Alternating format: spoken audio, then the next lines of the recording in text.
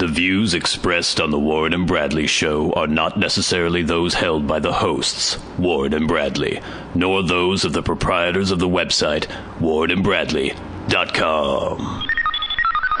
5, 4, 3, 2, 1, fire!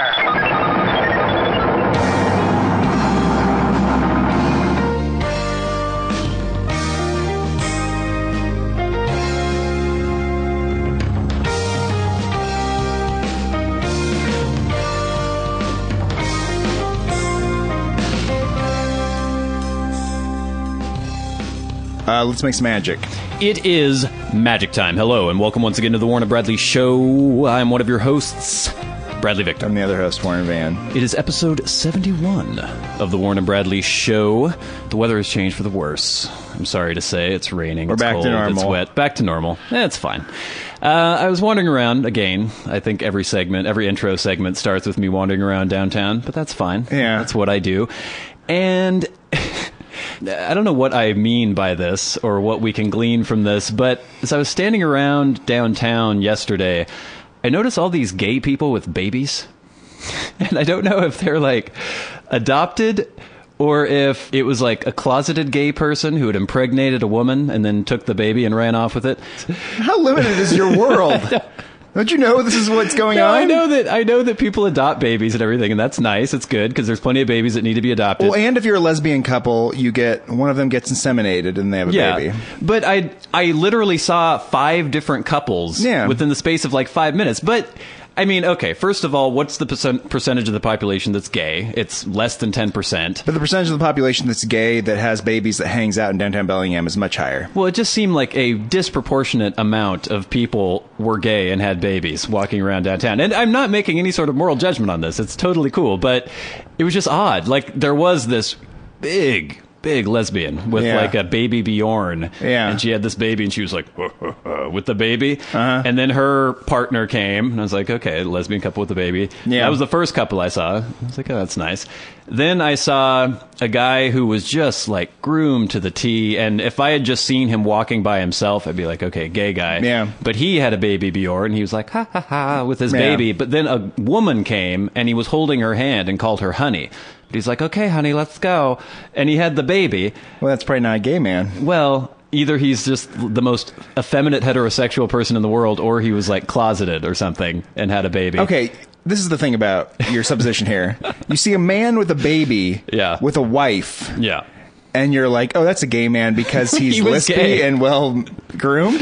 He was the most effeminate heterosexual I'd ever seen in my life. Oh. And then I saw just a guy by himself. I don't know if he was single or not. And he had a stroller with a baby. And he was like, la, la, singing some song to the baby as he was walking by. Yeah. And he was wearing crazy rhinestoned jeans and this really like fancy shirt, kind of silky looking and everything. And just like, I don't know. He just seemed way too well-groomed to be straight with the baby. And I don't know, maybe as a man who's mistaken for being a homosexual quite often, you're sure pretty willing to just but there's like assume. There's me wearing tight pants, or there's me, I don't know, having laser hair removal done on my facial hair. If you were mincing around with your tight pants and stuff one day, mince. And you had like a little baby and you're like walking around, and then people will be like, look at that gay dude with a baby. Okay, first of all, I do not have an effeminate voice in any way, shape, or form as I speak like this to make sure the point is driven home. Yeah. Anyway, we're not here to defend my sexuality. Okay. Everyone knows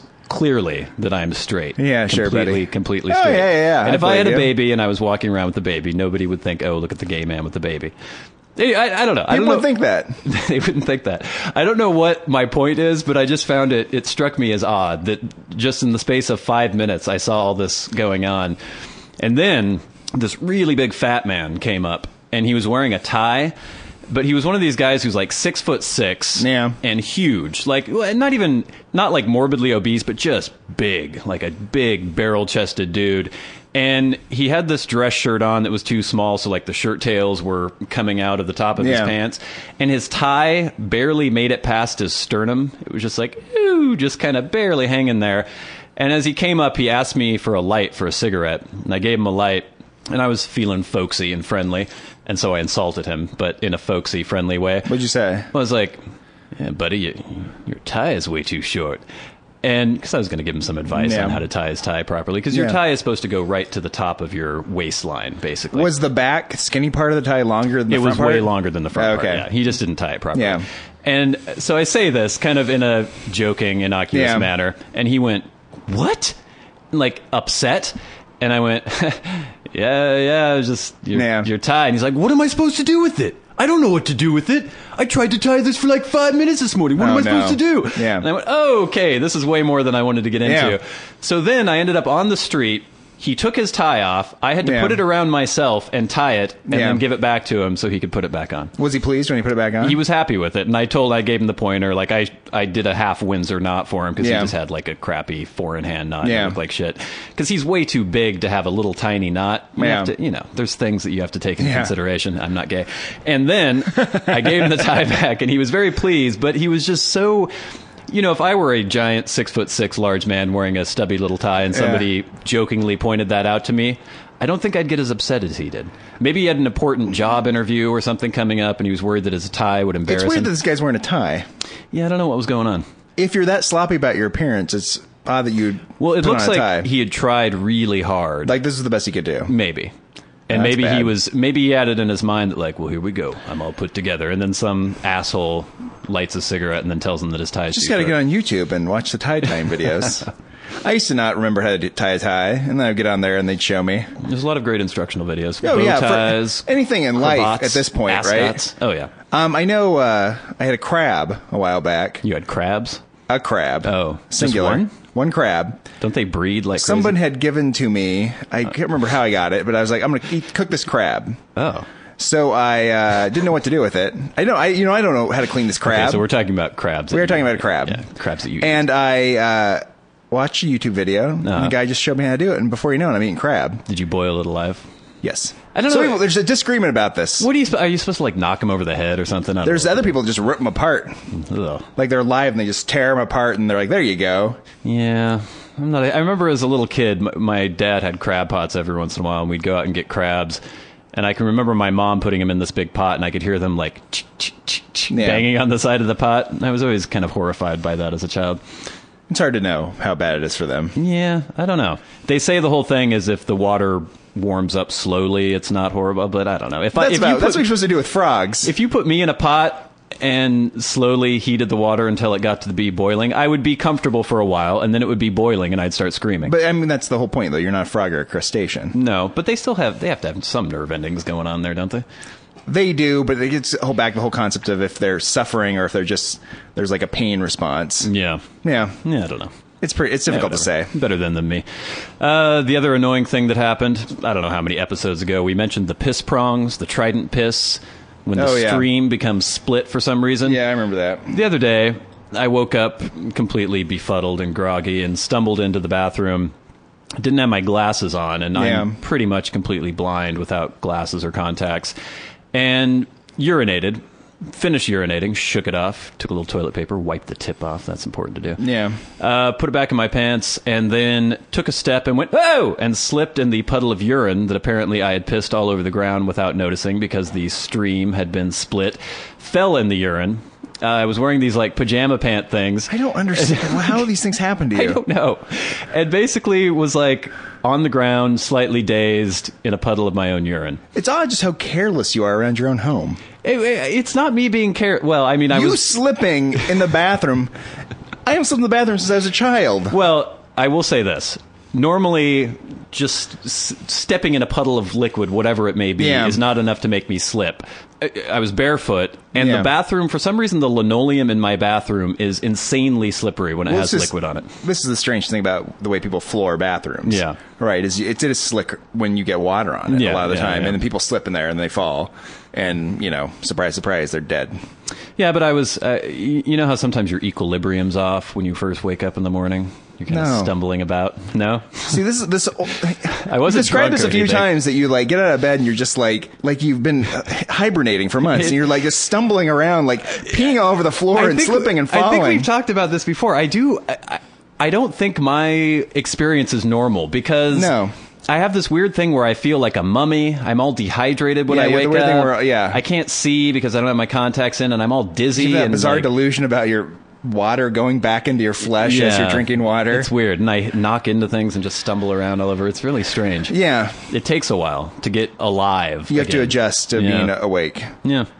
I just pop out of bed. Yeah. I'm ready for action before you know it. Well, I'm not tired necessarily. I'm just not up to speed. Yeah.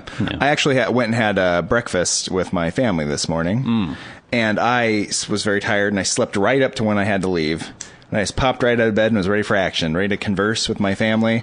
Not a problem. Well, you're just much better than me. Oh, yeah. And then made my way over to the casino. No. Silver Reef. No. The local Indian casino. Yes, gambled away a few dollars there. As me and the girlfriend were driving by, we drove by the convenience store out there by the casino. And we were speculating, is that where you buy your cigarettes? It is, yes. Okay, that's where you go. Yeah. Because she was like, maybe we should get Brad some cigarettes. And I'm like, no, that's weird. Well, that'd be nice. I thought you thought it might be nice, but I was like, I'm not going to do that. I'm not going to come out here and buy him cigarettes and bring him cigarettes. It just seems too weird to me. I don't see what's weird about that. Because there's a giant sign on the convenience store that says cigarettes. No, like, I think that's pretty much all their business is selling cigarettes. Because it's weird because there's a casino and this like convenience store gas station in the middle of an area that's just a bunch of fields. Yeah. And that's like it. That's the only thing there. Yeah. It's the only reason you drive there. What else do you need? Apparently not much. The gambling action. John Cicada, apparently, or whatever his name is. Some performer is going to be out there. There's a lot of posters about that. And so usually like Gary Puckett in the Union Gap or something like that coming out to the Silver Reef Casino. Yeah. Look forward to that. Speaking of cigarettes, I noticed downtown there's an entire store dedicated to e-cigarettes now. Yeah. Have you seen this? Yeah. I don't get that. It doesn't make any sense. I mean, how much variation is there in e-cigarettes? How many different models, makes do you need? I can understand a smoke shop because there's just buy tobacco one? and pipes. I don't know. I don't really know how it works. But I spent a good 10 minutes out front of it smoking my normal cigarette. You didn't go inside and check out the... No, I just wanted to harass the people who were going in and getting their e-cigarettes because they could see me outside. Were people going in there? Oh, yeah. There were a bunch of people in there browsing around. I don't know what was going on, but I was just like... smoking in front. When you're smoking with those e-cigarettes, it makes a little like haze comes out. So it comes it's like out, some right? weird water vapor. Or yeah, something. so it looks like you're smoking still. I guess I don't think it works really. I don't know. It's all it is delivering nicotine to you, but I don't think it really feels or tastes like a cigarette. There's nicotine in it. That's the whole point. Is nicotine delivery system. Delivering nicotine without basically what causes the cancer is the fact that you're inhaling hot smoke. Yeah, it's not the nicotine. No, it's not the nicotine, but I know a few people were putting on nicotine patches and taking this like thing and smoking it, and that was just taking care of the like oral fixation they had, but it's delivering the nicotine as well. See, that would be more for me because I don't think I really care as much about the nicotine as the oral like hand-to-mouth fixation thing, so I might need to pretend to smoke something. If you had to choose between an electronic cigarette without any nicotine or between having nicotine patches with no electronic cigarette, you might take the electronic cigarette. If I were to quit, I would just fucking quit. Oh boy. It's no, I'm serious. Like, I don't think this replacement therapy really works for people because then they just get addicted to the e-cigarettes. So I don't know. If you're going to quit, the trouble is people quit when they don't really want to quit. They just think they should, and so they do the shit. It's the same with like if you're an alcoholic or something. You're not gonna, or if you're a heroin addict and you start taking methadone, you become more addicted to the methadone than you ever were to the heroin to begin with. So just do it cold turkey, people.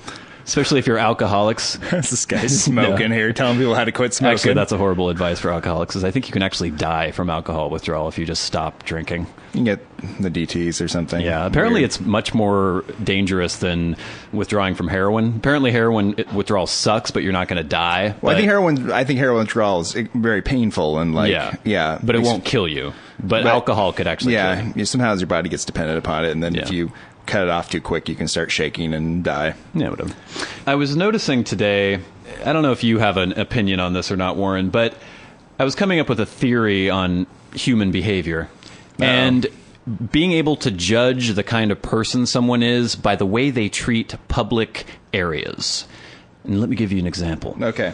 I was in the bagelry, and there's a little coffee station where you can put your cream in your coffee, and there's other condiments and things. We'll put a schematic of the bagelry up. Yeah, we should. I think in the last episode you were describing like where you were sitting and stuff. So I went up there, and I noticed there was like a puddle of cream there, and there's like sugar packets strewn all over the place. And the person who was there before me, I'd seen them pouring cream into their coffee cup and then slopping it all over the side. And then when they were pouring sugar, they're just getting it all over the place. And they just kind of went, whatever. And just walked away. So I went up there, I did my thing, and I got some napkins afterwards. And even though I hadn't made the mess, I cleaned the mess up and put it back in their little garbage container that they had there. And then I was thinking about when I used to work at Bloomingdale's years and years ago when I lived in L.A., the way people would just come through my section like locusts and take clothing and shake them out everywhere and just leave devastation in their wake. Had no regard at all, didn't care because they weren't the ones that had to clean it up. There were just these peons, these servants who would come later and clean it all up for them. And I was just becoming very aware of this yesterday, watching people went into the bathroom afterwards, and you know how there's just like urine on the ground, there's toilet paper strewn everywhere. And I know you're a pretty fastidious person and fairly, you have regard for other people's property. So I'm assuming you're the kind of person who cleans up after yourself in a public area. I don't know if it's just narcissism or not caring at all. That's just I think that's just the tragedy of the commons that we've been experiencing forever. That's just what happens to areas like that. Do you think that my theory that seeing how someone treats a common area can actually tell you a lot about their personality holds true, or do you think that you can still be a good person and leave your shit all over the place? I'm pretty sure you can still be a good person and still spill like some sugar at the bagory. Really? Yeah, I don't think that's... I think it might be a trait of people that maybe they're a little bit sloppy, but I don't think it necessarily reflects on them and their integrity. But you can be sloppy and then clean it up afterwards. That's what I'm talking about, is being sloppy and then just being like, fuck it, and walking away. Yeah. Like you get to a table at the bagelry. This is the only place I ever go. This is the only frame of reference I have. I know. And there's just crumbs all over and like just like cream cheese smeared on top of it and everything. Yeah. And if I get, some of the onion falls off my bialy, I sweep it up. I get rid of it. I clean it up. You're a saint. Well, it's not even... I just think that's normal, isn't it? But apparently it's not. No. Not necessarily in a restaurant either. Yeah. Because people stuff spilling off people's food all the time. And then, the staff at the restaurant oftentimes comes over and like wipes down the table and takes that stuff off. Yeah. The issue is, of course, that a lot of places they don't do that. Like the Subway I go to occasionally at work, I don't think they leave the area behind the vegetables there. They never come out and do anything. So you get there and you sit down, it's just a bunch of crap all over the table, old crumbs and everything. You just have to sweep that all off. Well, yeah, and that's the difference between like a sit-down fancy restaurant where you have waitresses or a place where you kind of bus your own table and serve yourself. When you're bussing your own table and you know that there isn't necessarily going to be an employee coming or a busboy coming in the meantime and wiping with a rag and cleaning everything up, then it's your responsibility as a member of this society to clean that area so the next customer doesn't have to sit in your filth. I agree. I mean, you should be less messy, Yeah. You don't want to leave your crap everywhere. You don't want to litter in general either. No. It's just better for everyone. It's a bunch of selfish assholes running around. But what about your cigarette butts? I usually put those in garbage cans. I believe I've heard about you being called out in the past. I did once. That caught me throwing one on the ground. That was the only time? Well, it's not the only time I've ever thrown a cigarette on the ground, but yeah. I don't take... I mean, I'm not extreme. If I'm nowhere near a garbage can, then I'll just throw it in the sewage drain so it'll go into the ocean. See, then so the fish can enjoy my nicotine later on. But that's the difference between... I guess I look at it as something that's going to confront somebody else. Like if I'm sitting at a table and I make a huge mess and then I just leave it there, the next person is going to come to that table and be like, ugh, what's this crap? But if I throw my cigarette in a drain, it'll just float away and nobody will ever see it again. See what I mean? And then there's somebody at the other end that's getting like bombarded by these cigarette butts being like, well, these homeless people sleeping in storm drains or something. How inconsiderate. They'd be happy about it. How inconsiderate it is to have all these butts wash out. I've heard a lot more about butts in the past, and I've heard about, people not wiping up at the bagelry. Yeah. As far as something that people get annoyed about. Well, they're biodegradable. Made of cotton, paper. So are the things you leave on the table at the restaurant. Yeah, but you don't have time for it to biodegrade while you're waiting for your table to come back. So you think it's fine if you're doing it outside, but not inside? Yeah. Okay. That's the rule. It's a crazy rule. It's a good rule. Quit poking holes in my theories about society. Should we break and do some Celebrity Minute here? Sure, let's do it. All right.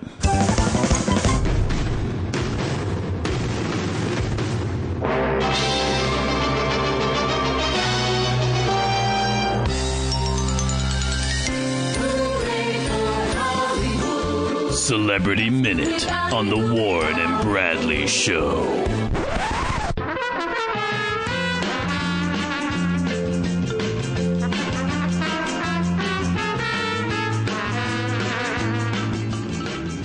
All right, Celebrity Minute. top story this week. I'm sure many of you have already heard that Roger Ebert, famous film critic for the Chicago Tribune, has died. Was he Chicago Tribune or Chicago? No, Sun-Times. Sun-Times. He worked for the Sun-Times. Siskel worked for the Tribune. Okay, now it's Phillips is the Tribune, I think, right? I don't know who I the can't Tribune remember. does. Michael Phillips. Is that who he used to do the show with? He did it with Roper. I don't know who Roper did it with worked Roper for a while, and then I think it was Michael Phillips. I can't remember. Speaking of my trip to Subway, I was at Subway this week when this happened, and they have big flat screen TVs up there, and they kept showing his like mangled face and stuff, and I was trying to eat my sandwich, and I was like turning away, you know? Yeah. So I mean, it's fine. I know he had a battle with cancer and stuff, but it's like if I'm eating my Subway sandwich, it's not what I want to be staring at. Yeah, he had pretty much most of his jaw removed. Yeah. I think that was in 2006, so he obviously had to retire from the television show. He was still writing reviews up until the point of his death. He had thought that he had a fracture, and it turned out to be cancer, and so he took a leave of presence, as he called it, where he was just reviewing films that he wanted to review. And the death wasn't completely unexpected, but kind of sudden. He was 70 years old. Of course, there's all sorts of tributes going out. He was the very first film critic to win a Pulitzer Prize. Yes. In 1975. He actually wrote a screenplay for Beyond the Valley of the Dolls, which is directed by Russ Meyer. By all accounts, a horrible movie, but it's gotten kind of a cult following after a while. I don't know. He was all right. He seemed to be kind of missing a step here and there. I would read some of his reviews sometimes, and he would harp on something where this wasn't explained in the plot. It made no sense. But then I was like, actually, it did completely make sense. You just weren't paying attention or couldn't understand what was happening. But in terms of... he's the people's critic in that way. Yeah, in terms of his taste, it was... He wasn't pretentious, at least. No, he definitely wasn't pretentious. He was good film critic. He was fine. Yeah, I mean, yeah. Been around since the 60s. And we'll always remember Siskel and Ebert because we used to watch that as children. Yeah, such a weird... I actually was watching old clips of old... I don't know if it was at the movies or in the balcony or whatever the hell it was.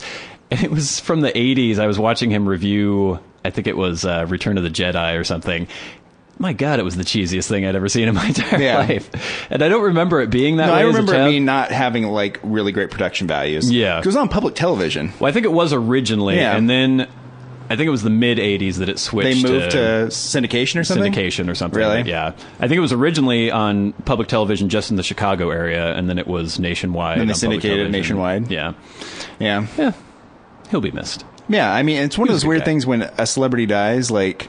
and no other celebrity has died in the few days around him dying. Right. So we're hearing a lot about Ebert. Oh, yeah. That's all I've been hearing about lately. It's been like an Ebert-centric week, well as like usually somebody more famous will die like a day afterwards and you'll never hear anything more about it. Beyonce and Jay-Z under fire for Cuba visit. This is from WENN. Beyonce and Jay-Z took a wedding anniversary trip to Cuba. Pissed some people off, mostly Cubans, who are protesting all the civil rights violations because people are still being beaten and jailed, and it's a horrible, repressive communist regime. Yeah. They were granted a visa by the Tourism Bureau of Cuba. So they're like, oh, let's get Beyonce and Jay-Z over here. You're shilling for a communist government. They're not shilling for Cuba, are they? They are because, okay, let's say, Warren, you were a famous celebrity of the caliber of Beyonce or Jay-Z. Yeah. And the Cuba Tourism Board was like, Warren, we want you to come to Cuba. Is that what happened? Yes, because you can't get a visa to go.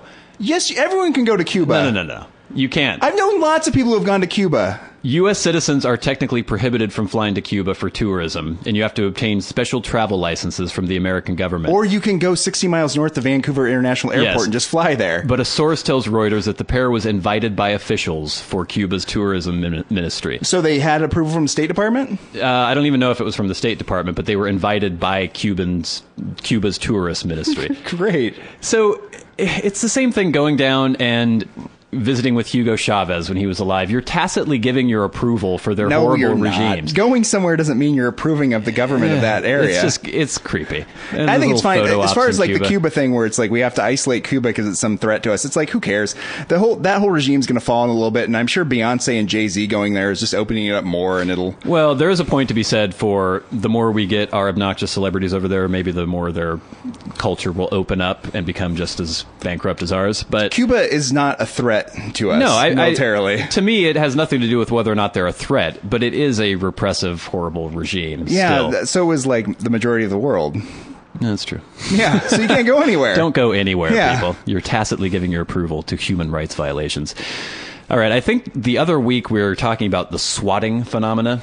swatting, of idiots calling the police to a celebrity's house, but I think I cut it out of the show. I can't remember. Oh, really? I don't know. It was in the show? I don't know. I remember talking about it. Yeah, I think it was where the police have been called to Justin Bieber's house or something with the SWAT team breaking down the doors with assault rifles. Yeah. Well, there's been a huge rash of this lately. This is from the Associated Press.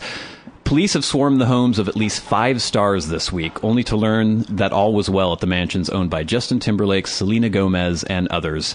Apparently, there's been a huge uptick in swatting recently, and Los Angeles police are getting annoyed because it's taking resources away from actual crimes. Yeah, it's a bad thing. And they're not allowed to just beat people on the streets like they normally are. What are they doing to the people that are making these calls? I don't know if they've caught many people. They caught that one 12-year-old a few weeks ago. Yeah. I don't know what they did to him. They swatted him. So I hope, this is what I'll say about this. Severely punish people who are caught for doing this. It's ridiculous. Severely punish them, and then it will stop. So in the last, look at this. In April 5th, Selena Gomez was at home when cops were like, broke down her door. Apparently someone had called and said that her mother had been shot by her father and then was going to burn the house down. Yeah. On April 4th, the day before, they were called to Rihanna's place. She wasn't home at the time. April 3rd, Sean Combs' place. Justin Timberlake on the 5th. On February 8th, my birthday, Ashton Kutcher, that was the 12-year-old boy who got arrested. We've had Chris Brown. We've had Bruce and Kris Jenner, Tom Cruise. You would think, I guess the cops are now sending fewer SWAT team members to these houses because they're thinking, okay, if it's a celebrity's house. But it's a difficult thing for the emergency responders because if something actually was happening and they send like Barney Fife out there and he like can't handle the situation, but it looks very bad for them. You have to respond with the force that you think is necessary. You have to respond to what you think is necessary, and that this system exists for people to be able to call and get a response because things are emergency. Right. If people are abusing that system, even if they're children, punish them severely and make an example out of them. And don't tell me all this bullshit about it. You're ruining somebody's life. Fuck them. Well, don't do this. This is not acceptable behavior. They're trying to train the 911 operators to weed out these calls. I don't know what the training involves. If it's like, yeah, there's somebody shooting someone at this person's house. And then maybe you'll know that it's a fake call. I hope they can just track them down and punish them. Yeah. That's a way to stop things like this. SWAT the swatters. Wesley Snipes leaves Pennsylvania prison after tax sentence. Oh, he's been in all this time, huh? He's been in, was it 3 or 4 years? From the Associated Press as well. Snipes has been released from a federal prison in Pennsylvania. He was convicted in 2008 on tax charges, but he was released Tuesday. So, wow, 5 years. Pretty long for a celebrity to be in prison. Yeah, I'm kind of surprised. Apparently, he belonged to a group that challenged the government's right to collect taxes. And he hadn't filed tax returns for at least a decade and owed millions of dollars in back taxes. I don't know. He tried to make a principled stand about he's the not constitutional... Henry David Thoreau at Walden Pond. You know, it's Wesley Snipes, star of Demolition Man and the Blade trilogy. Come on. He just wanted to keep his money. It's so weird to me that he would think that he could get away with this. And if it was some sort of moral stance, it just doesn't really make any sense to me. I don't understand all these people who get in trouble when they're millionaires. It's one thing if... The problem is if you're a millionaire, you do have to pay millions of dollars in taxes. Yeah, you have to pay pretty much 50%. This is awful. Probably seems a little worse, but, if you're just working in an office and it just gets automatically taken out of your check, because these people are independent contractors, they have to actually give a check to the government every year. And that might hurt a little bit, I guess. But still, 5 years in jail. Come on, Wesley. I think we'll close out Celebrity Minute this week with an Amanda Bynes story. She has recently tweeted... I have an eating disorder, so I have a hard time staying thin. You got more than that, Amanda. I don't know. Again, it's been about a week since she did anything ridiculous. So does she just have a calendar that says, say something strange on Twitter so people will talk about me again? Yeah, she just needs attention. Or is she so out of touch that she just blurts out whatever comes into her empty head? Yeah, and probably a combination of both. Combination of the two. She also claims that there's somebody impersonating her in New York and getting photos taken of her. Okay, oh boy. That's when people start saying things like that, then you're like, oh, wow, you're having some, you're starting to break psychologically. Well, we can only look forward to what's going to happen next. I guess she did not appear in court for the pre-trial hearing for her DUI arrest, but her lawyer went there and got a continuance. Oh, good. So... What a fun job. We'll hear a little more about that. All right, that's enough for Celebrity Minute for this week's Warren and Bradley Show. All right.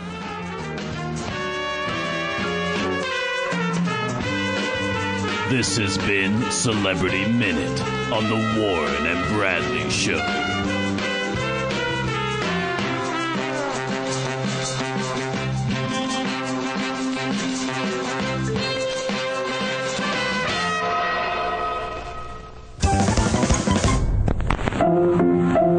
Let's all go to the lobby. Let's all go to the lobby. Let's all go to the lobby to get ourselves a treat.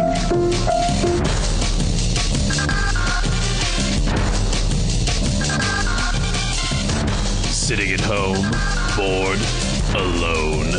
You have Netflix streaming, but you don't know what to watch. Well, now you do with Netflix Pix on the Warren and Bradley Show.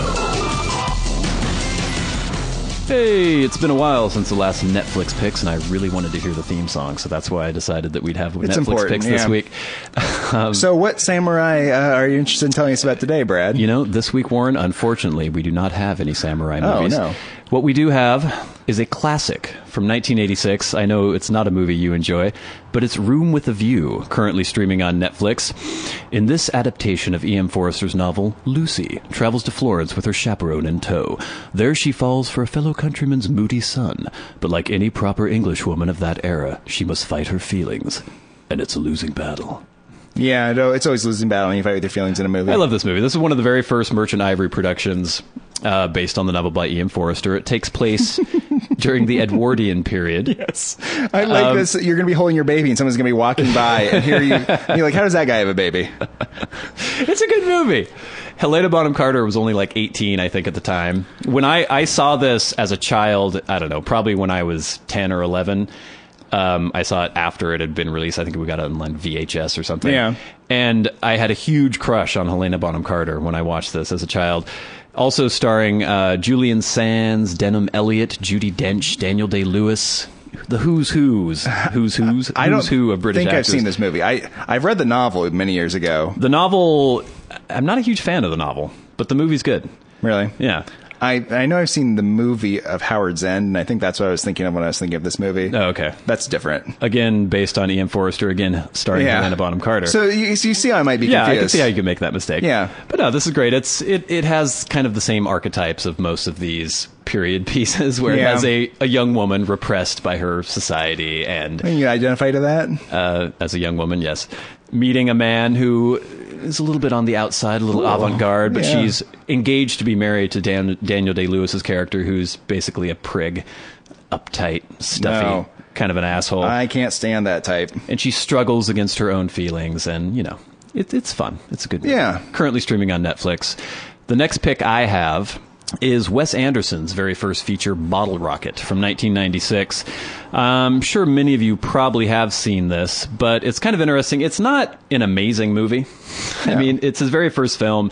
He had originally written a short with Owen Wilson. They screened that at festivals, and I can't remember. I think it was James Caan had seen it and liked it, and that's how they got financing for the full-length version of it. James Caan ends up in the movie, right? Yes.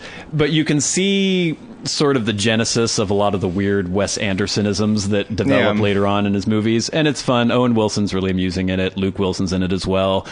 The official Netflix description: in this offbeat comedy, a trio of Texas friends tries to embark on a life of crime. After knocking over a bookstore and going on the lam, they bungle their way into a huge heist engineered by a silver-tongued con artist. It's kind of like a student film in a way. Yeah. The plotting, the dialogue, but you can see where all these actors, you can see where Luke Wilson and Owen Wilson are going to go later on in life, kind of by seeing this. You can see Wes Anderson's already becoming obsessed with strange, quirky details, and it's fun. It's an amusing movie. Lighthearted comedic romp. Now, Warren, I hear you have a Netflix Pix?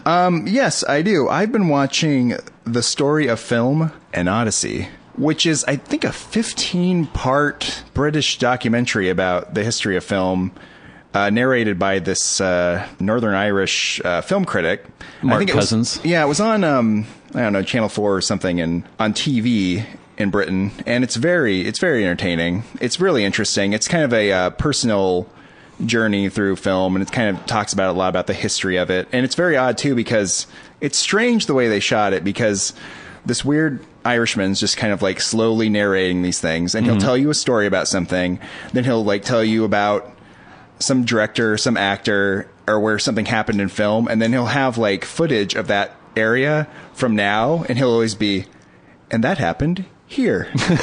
And you'll be like, oh, and they'll show for a couple seconds, they'll show like this house or something now, and it's like, oh, it's very nice. That's kind of cool, showing the context and like, it's a pleasant journey. It's kind of slow paced and it's relaxed, but it's a nice journey through the history of film. From 2011, guided by film historian Mark Cousins, this bold 15-part love letter to the movies begins with the invention of motion pictures at the end of the 19th century and concludes with the multi-billion-dollar globalized digital industry of the 21st. He does try to break with some of the conventional narrative of film that you hear about, and I think he gets a little bit out there. He shows you some things that maybe, aren't as popular, as much of a part of the canon as some other things. That's interesting. I'll have to check this out. So there's 15 episodes, each around an hour long? Yeah. Cool. It's pretty long. I'm only about halfway through it.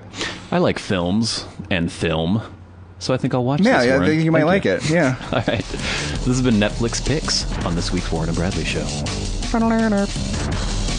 This has been Netflix Pix on the Warren and Bradley Show.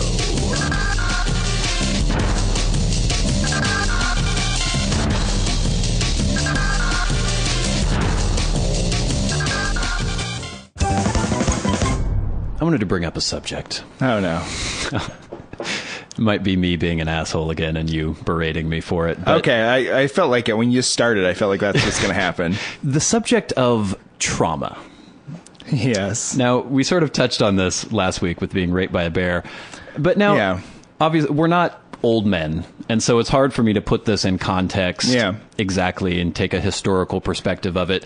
But it seems to me that everyone is obsessed with past trauma informing your present. Yeah. And it seems to be a foregone conclusion now that even before you have any memories, if you're a year and a half years old and you were crying in your crib and your mother didn't pick you up right away, then you're going to have these abandonment issues for the rest of your life, and you'll somehow be fucked up and your relationships will be more difficult and you'll have to have therapy and you'll have to work through these issues. Yeah. What strikes me about this, and everyone seems to agree that this is the case, and I don't know if this is the case or not. Yeah. It's probably the case. I just kind of go along with what everyone else says. But if you think about the way our lives are now, and then juxtapose that with the way our lives would have been 10,000 years ago, wasn't everyone alive on the earth back then? Wouldn't they just be crippled with all the past trauma that they would have had to have experienced? When your father is slaughtered by a cave bear when you're 4 years old, when other tribes are coming and attacking you on a daily basis, when you're starving often. So isn't living with trauma the human condition, and isn't that what we're supposed to do? And why should it be so crippling to us all the time? Do you get my point? Yeah, but it is. But is it? Or is it we've just decided that it is? No, but okay. If you look at yourself, look at your own life. Yeah. You don't feel like you were crippled in any way? I don't know. I have no idea what I would be like if there hadn't been any trauma in my life. But I also think if there's no trauma in your life, then you're not a human. Because I think it's the difference between experience and trauma. Yeah. Especially when you're a child. Like those kids in the orphanages in like Russia or in Romania that no one touches for the couple of years of their life, and they get really weird because they don't develop any sort of like natural bonds. No bond. It's things like that it's like, well, suck it up, kid. But it's like those things are formative in your brain, and those connections are formative. Yeah, and that's an extreme example of somebody being just completely shut off from human contact. And I think that's important. And I would say that 10,000 years ago, I'm sure you probably had a little more closeness with the members of your family, because maybe with your like clan or your tribe or something. Yeah. But it just seems, do you get my point though? Like, it almost seems like maybe we try to categorize things as trauma now because we don't have the same kinds of trauma that used to exist when human beings used to live in a crazy, violent, chaotic world where you never knew if you're going to live the next day. To a certain degree, yes, but also a lot of the conditions that humans lived in was just profound monotony broken by extreme violence every once in a while. Yeah. Yeah, and I guess when you have trauma in our society and the way we live now, and you have a hard time, and it cripples you in some way dealing with life later on when you grow older, it doesn't have that much to do with what happened in the past and the skills you needed to deal with the world in the past. So it's a more brutal, simple kind of thing. Whereas now that sort of trauma manifests itself in different ways because the world's more complicated. Maybe. The way we live is more complicated. and the weird, social connections, the way you exist with your job, the way you're willing to do new things, all these things are influenced by what happened when you were a child. And I think calling it trauma and then just giving up and like going to bed and like weeping about it is one thing, but acknowledging the fact that like things happened and they influenced you isn't bad or detrimental, as long as you're using that constructively and you're looking at it as something that happened to me and I'm going to try to deal with it. Maybe it's the idea of trauma necessarily being crippling, and that because I've heard people talking about their therapists and how they'd be dead without therapy, and they talk about all the trauma they've experienced in the past, and the things they talk about as being traumatic seem insanely mundane and not really very traumatic at all. Mm-hmm. And the idea that without having talk therapy or, emotionally focused therapy or whatever kind of therapy they're going through, they wouldn't be able to function. So how did our hunter-gatherer ancestors function without talk therapy? Maybe they functioned, but I mean, it was a simpler existence. But you survived. Simpler. It was like the NCAA tournament. Survive and advance. And I think now we're looking at it like, maybe that's the disconnect you're seeing. We're not looking at so much as the fact that it's survive and advance. It's more like survive and thrive. And we want people to thrive and to be happy and to live a more complete life, rather than just stay alive barely and then die. Well, I think in many ways, maybe that's why people are crippled by trauma, is because we're living... I think it's actually a less complete life, because we have to invent ways to become satisfied. Whereas before, if you had food and you had shelter and you reproduced and raised your children, we weren't striving towards, I need a career and I need to feel like I'm really making a difference and I need to do this and this and this. I think when you're more in touch with those primal needs and those things that drive survival, you don't have time to be crippled by trauma. But I do know what you're saying about the fact that we don't look at life in the same way, maybe. I think you'd be a happier person if you just looked at life as the fact that you survived, you had enough food, you had enough clothing, and you lived and you were happy with it, right? Yeah. But constantly striving for more and more and more, of course, is detrimental because you can never get enough.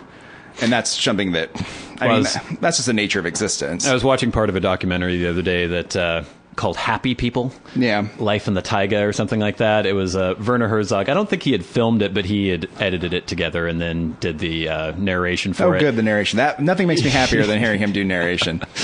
But it's so funny to me because it was this documentary showing these people who have lived, just completely isolated, way off in Siberia in the taiga. I mean, they have a couple snowmobiles and a couple rifles, but for the most part, they're trapping sables and breaking through ice and fishing in the ice. And you can tell by watching the film that Werner Herzog has this ideal of a simple life where people aren't constrained by our horrible technologically driven society and all the complications and everything.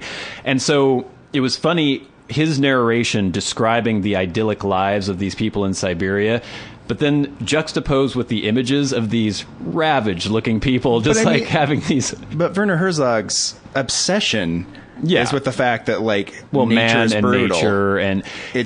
but he also is obsessed with the idea that man needs to be in touch with nature and living within nature, and he thinks of our modern society as too alienated from nature. Too alienating. And so you could see that he thought of this life in Siberia as idyllic and simple, but then I'm sure if you took most of those people and said, hey, let's move you to a nice suburb outside of Chicago and give you some Starbucks and some warm clothes, and you don't have to worry about wolves and...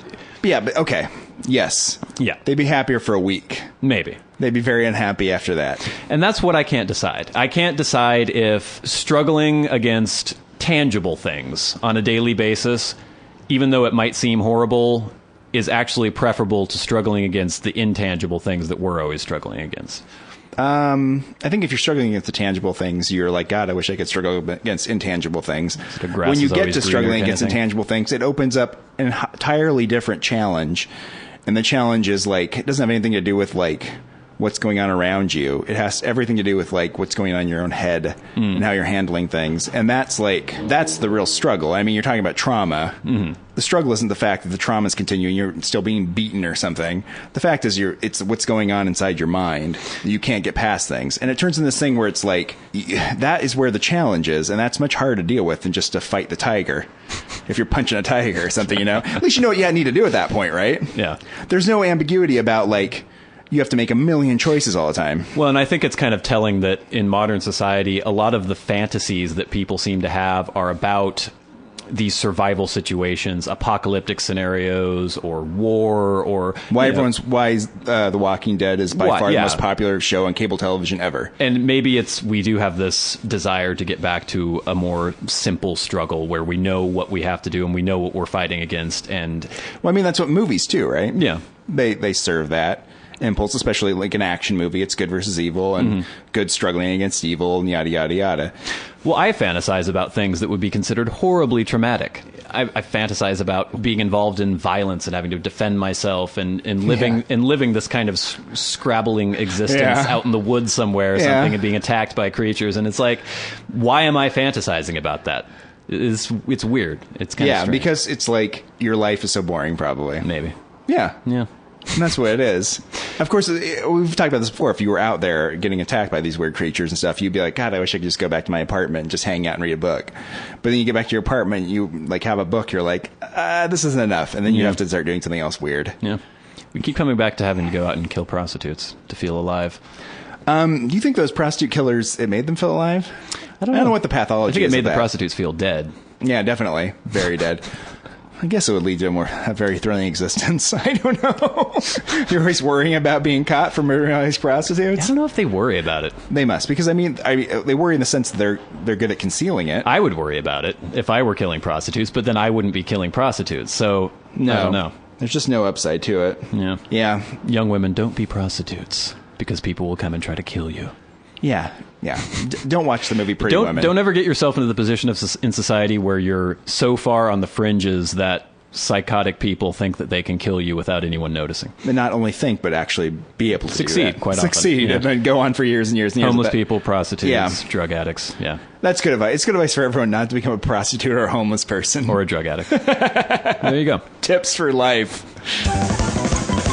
So we were talking about these extreme survival situations, and for some reason it just popped into my head.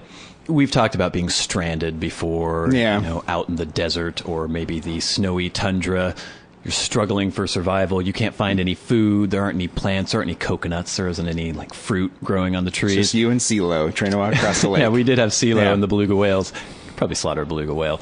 But if it's you and me walking, let's say we were going to visit the happy people in the taiga that Werner Herzog was talking about. And on our way there, our helicopter crashes. We're stranded. You should never get in a helicopter. No. And we're struggling we don't really know exactly. We don't have a compass. My iPhone, the compass app, we're somewhere on the Eurasian landmass. Yes, which is very large. Yeah. The taiga itself is larger than the entire country of the United States. So we're wandering about aimlessly. Not a lot of vegetation. There's just scrub, basically. You try to dig into the ground, it's frozen a few inches down. There might be sables running around through the forest, but we can't catch any of this shit. We're not the happy people of the taiga. We don't know how to trap. And so finally, I get to the point, because I'm skin and bones already. I have no fat reserves at all. I succumb to exhaustion and starvation and die. Yeah. And you're out there with my corpse. And it's frozen, it's cold, so it's not rotting. It's not going to go bad. At what point do you have to get to where you start whittling a little off there and start eating it? Well, it's interesting because, if you die, and I'm already exhausted at this point, right? Mm-hmm. What am I going to do? Pick you up and carry you around to eat my corpse? Yeah, exactly. You know what you'd I mean? have to just cut off some slabs and take it with you, maybe. Yeah. So I'd have to butcher you. Yeah. I have to think far enough ahead that I wouldn't be so hungry that I'd want to eat you now, but I'd be like, I'm going to take these nice ribs and take this. Well, you wouldn't. Yeah. I mean, you could leave the bones, leave the head, probably the genitals, and I don't know. I mean, would you eat me? Number one, which parts would you feel comfortable eating?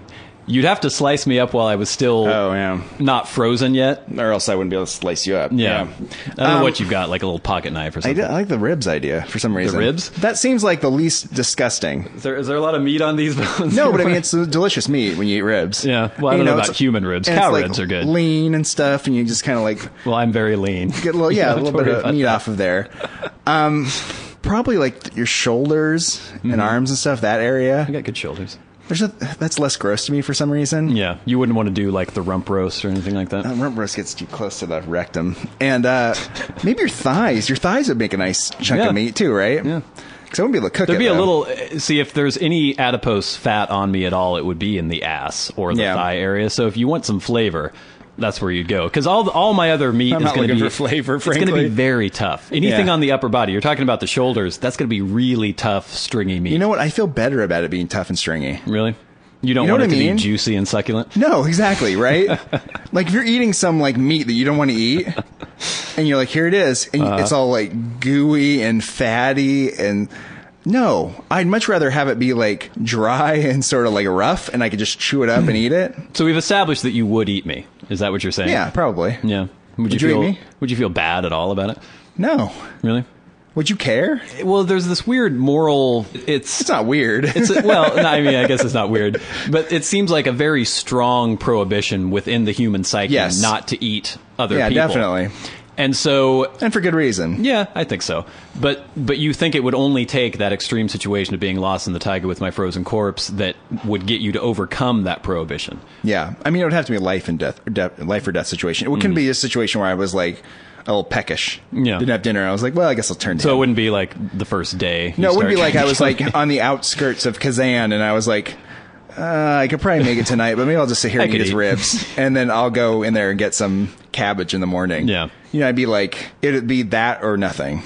So would you ever slaughter someone for the purpose of eating them? If you knew that there was no way that you were both going to survive, would you be able to slaughter me? Maybe I'm sleeping, you know, I've huddled under some pine cones or some bracken, and we're there, like, freezing. It's the middle of the night, and you look over, and you know those old cartoons where they'd be stranded on a desert island, and suddenly their friend looks like a drumstick? Yeah. Do you think you could ever pick up a rock and just cave my head in? No. Because all that's doing is, like, slightly extending the awful life that I'm already living, right? Yeah. I'm going to die on this fucking island anyways. Well, what if Werner Herzog comes by on a snowmobile? He's like, oh, can I help you? This island is very harsh. Here we see that a friend has slaughtered his friend and started to eat his bones. But, I mean, the idea that I've been walking across Mother Russia for a long time, and I'm assuming I'm going to run into, like, a village at some point. Eventually, probably. So I'm like, this will give me a little, extend my ability to make it a little bit farther. Mm-hmm. So you die, and I'd probably just take as much of it as I could, in the meat, and I just get all the gross stuff off it as much as possible. What's the gross stuff? Like, I don't know, veins and stuff. You know, and like gooey fats and like whatever else is in there. Going on. And then I just like close my eyes and just go and like eat it as much as I could. Well, would you cook me first? I didn't think I could have a fire. Could I have a fire? You can make a fire. Oh, if I can make a fire, I'd definitely cook you. Okay. I take the meat, I'd cook it up, and just eat as much as I could to get full. Leave your kind of like shredded carcass there, and I just take off and keep going. Yeah, following the sun, you know, and try to get to a village. Yeah. Would you do that, wouldn't you? No, of course not. You just die? I could never eat you, Warren. That's a horrible thought. No, I say go ahead and eat me. If I'm dead, eat me. You want me to eat you? Yeah, I'd rather you eat me and then have a chance to survive. Are there certain parts that you'd prefer me to eat? It's weird that you mentioned that. I was like, I don't think I'd eat your dick or balls. Well, why would you? There's not really much going on. That's weird because it's like that. Actually, no. Wait a minute. Let me rephrase that. I know it's like a Vienna sausage. That's why I didn't want to have it. It would be a full meal. It would be quite satisfying, obviously. But I mean, I guess, is there muscle in the penis? Is it muscle? No, it's just like cartilage. It's like cartilage, and then there's a sac for blood to go into. So that wouldn't be very appetizing. It's not very, no. So that wouldn't be, yeah. I don't think I'd do that. No. So the last question would be, you devoured me. You know, you got your sustenance. You bit your lip, and you just went to it, carved me up, ate me. Do you think you would develop a taste for human flesh after that? And then would be never sated later on in life because you'd think of how delicious. I mean, everyone says that people taste like pork, supposedly. I don't know if that's true. Everyone says that? Everybody says that. And it makes sense, though, because if you think about us being omnivorous, you know. We're omnivorous, so yeah, I guess that would make sense. Yeah. We're the same sort of flavor. The other white meat. This pork does have very, like, rich flavor to it. Pork is delicious. Yeah. Yeah. No, I doubt I would be like, oh, I can never get another good meal like that. No. That great memory I had of eating my friend. It's like, no, I don't think that would be an issue. Okay, and the last question. Yeah.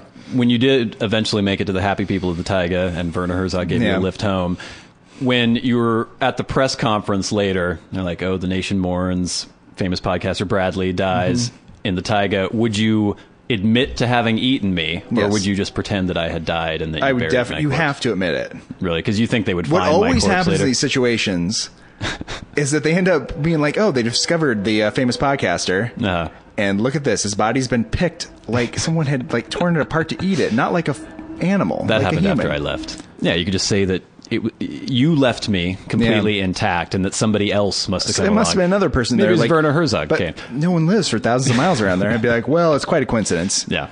It's really interesting. No, I don't know. I remember seeing a Grey's Anatomy once years ago where some like hikers had come down and they'd rescued them, and only 3 of them had made it or something. And the 4th one, they all kind of looked at each other like, he didn't make it. And you're like, this is interesting. And of course he stumbles in eventually and like has to rescue himself, so they left him because he was in some dangerous situation. They didn't need him, but they kind of left him. And it's like... I thought that would be a weird plot device for Grey's Anatomy. Yeah, I know. It'd be pretty intense. But I feel... I mean, what would people do? People wouldn't be upset, would they? I think they would. People didn't hate that team that ate everybody alive. Yeah. I did what I needed to do to survive in that situation. It wasn't like a situation where I killed you and ate you. Yeah, but they had Ethan Hawke and other people, like attractive Argentinians with beards and stuff. I think I can pull off an attractive Argentinian with a beard, especially after all that time. I'll be very tanned and lose a bunch of weight, and I'll be like... Tanned? In the sun all the time? In the taiga? Oh, yeah. It'll be snowing all the time. Even that makes you even more tan. Yeah, I guess. The reflection of the sun. Yeah, that's true. I have like... So then when they find my corpse and it's all mangled, you would leave my head intact. My viscera would probably be gone. You would eat my succulent shoulders and You know what arms. I try to do? Is find a couple branches or something that I can make a little cross above your head. Because that looks way better when they come back and find you and they're like, at least he was respectful of the dead. Oh, I thought you were going to say you were going to like tie them on to the parts of my body that you had chopped off, so I would be this weird like stick figure with flesh hanging See, out. he's fine. He's fine. No, nothing like that. And I wouldn't leave you in like some like unflattering way, like bent over or something. Yeah. I'd be like, ha, ha, ha, ha. And, I'd do something that looked respectful. So when they eventually went back and found you, they'd be like, he ate him, but he treated the corpse right by putting a cross over it. Yeah. They wouldn't do anything to me. Nobody would be upset with me for doing that. Well, I don't think you would suffer any actual legal ramifications or repercussions or anything, but I think people might look at you a little strange after that. But I mean, I was going to die. Yeah. So I'll take the strange looks. All right. Well, I survived. I triumphed. I am alive. All right. I think that's enough time for the Warren and Bradley Show this week. I've been one of your hosts, Bradley Victor. I'm the other host, Warren Van. Saying... You can eat me if I die. Thank you.